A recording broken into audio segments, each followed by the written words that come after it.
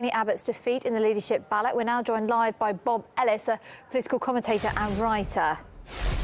Hi, Bob. Thank you for coming on the programme. So, thank you. What is your reaction then to Tony Abbott's defeat?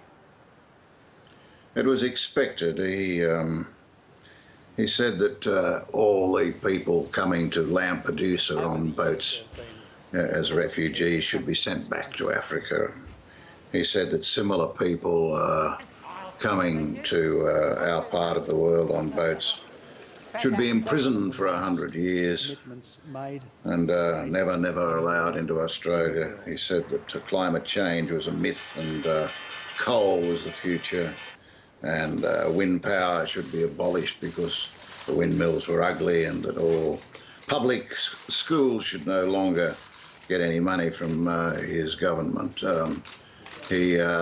Although his sister was gay, he opposed gay marriage and believes that his sister will fry 1 billion years in hell for her abominable nocturnal pursuits. He's a very unlike a man of the 21st century or even the 20th century, and belongs to sort of medieval. He said some controversial things, that is for sure, and You've laid them out right there. I mean, some of them are quite unbelievable, especially for somebody in a position of power.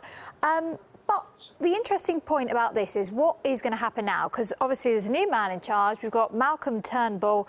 Will it mean that the party's policies change now?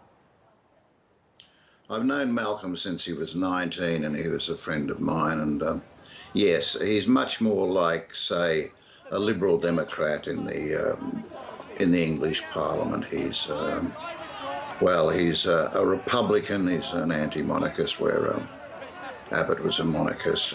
He believes profoundly in the crisis relating to climate change. He believes, and he passionately believes, in gay marriage, and his electorate is full of gay people. He's a modern man, whereas Abbott is a medieval man. Although they're both Rhodes scholars and both lawyers and both journalists and so on, and have much in common, he's a better choice and a more dangerous choice for the opposition. OK, well, that's interesting. So you think the opposition will be quite threatened by this because he's more competitive, I suppose, more of a serious competitor.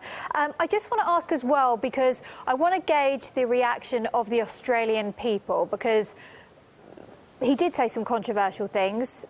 He wasn't particularly popular because of those things that he said.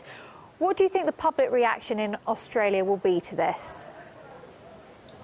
Well, it's hard to say, because he's very popular among Labor voters who won't change their vote. OK.